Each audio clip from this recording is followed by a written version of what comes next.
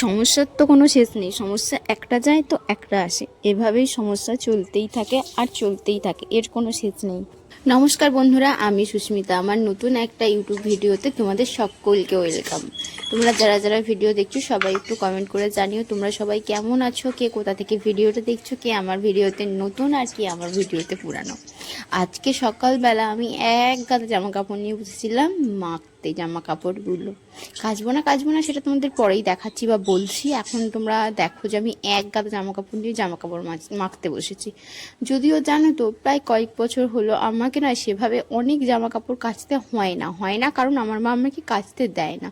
তোমাদেরকে বলেছিলাম আমার একটু প্রবলেম ছিল, যার জন্য ভারী কাজ করা, জামা কাপড় নিয়ে কাচা ধোয়া এগুলো ডাক্তার আমাকে বারণ করেছিল। তো যার জন্য আমি এই ব্যায়াম করাটা সকালে শুরু করেছি সমস্যাটা সমাধানের জন্য, কারণ ডাক্তার বলেছিল এর পার্মানেন্ট সমস্যার সমাধান চাইলে তোমাকে একটু ব্যায়াম ট্যায়াম করতে হবে। তো যাই হোক, সেই জন্য জানো তো আমার মা না আমাকে কাচাকুচি করতে দিত না। আর আমি সেই জন্য অনেক জামা কাপড় কাচিনি, দু একটা অল্প মানে জামা কাপড়গুলো কাচি, বেশি জামা কাপড় কাচিনি। তো আজকে আমি বসেছিলাম সব জামা কাপড় নিয়ে জামা কাপড় মাখতে। আর জানো তো সোয়েটারটা এত ভারী উলের যে দুটো সোয়েটার একটা প্যান্টিতে না পুরো ড্রামের জল খালি হয়ে গেছে, মানে দুটো শ্যাম্পু আর এই এক ড্রাম জল সব খালি হয়ে গেছে, জানো তো সব চুষে নিয়েছে।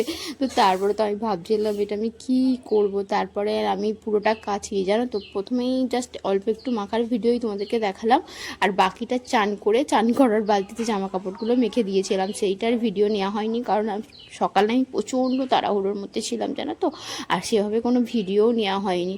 আবার আমার একটু বাজে অভ্যাস আছে জানো তো, আমি ক্যামেরাটা ওই যে অন করে রেখে দিলাম, ভিডিওটা অন করলাম, ভাবলাম যে ভিডিও হচ্ছে, আর ভিডিও অন করতে ভুলে গেছি। এরপরের যে ভিডিওগুলো মানে আমি গ্যালারি থেকে চেক করে দেখিনি যে ভিডিওটা হলো না, ওই যে ফোনটা ক্যামেরাটা অন করেছি, আমি ভেবেছি ভিডিও হচ্ছে।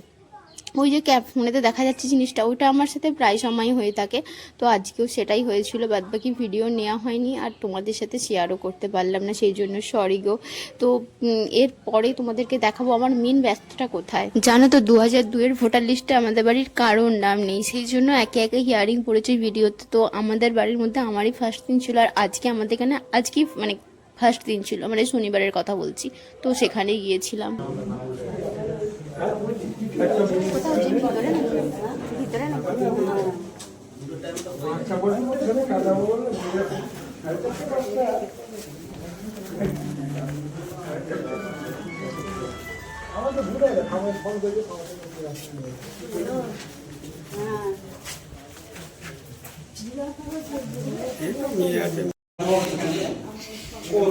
স্যার আর ভালো লাগে, আমার পা হাতে যন্ত্রণা হয়ে যাচ্ছে।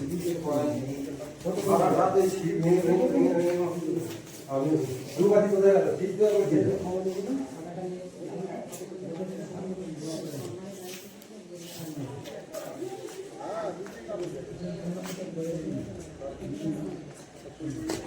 যেতে বলেছিল 12টা থেকে 2টোর মধ্যে, মানে হয়ে যাবে, 12টা থেকে শুরু হবে 2টো পর্যন্ত, 2 ঘন্টা টাইম দিয়েছিল।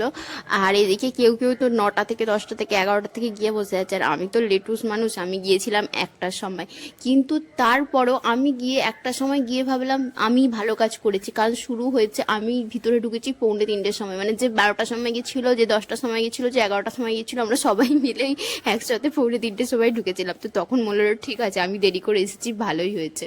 প্রথমে তো ওখানে অতক্ষণ দাঁড়ানোর পরে 2:45-র পরে আমাদেরকে ভিতরে ডেকেছিল, মানে যেটা তোমরা এখন দেখতে পাচ্ছ ওই ভিতরে। তো একসঙ্গে কয়েকজনকে ডেকেছিল। তো তারপরে হচ্ছিল 2:45-র সময় ঢুকে আমি বেরিয়েছিলাম 4টের সময়। কি বলবার, যদি ওরাই বলছিল যে আজকে প্রথম দিন ছিল সেই জন্য এতটা দেরি হচ্ছিল, তো অন্য দিন আর এতটা দেরি হবে না।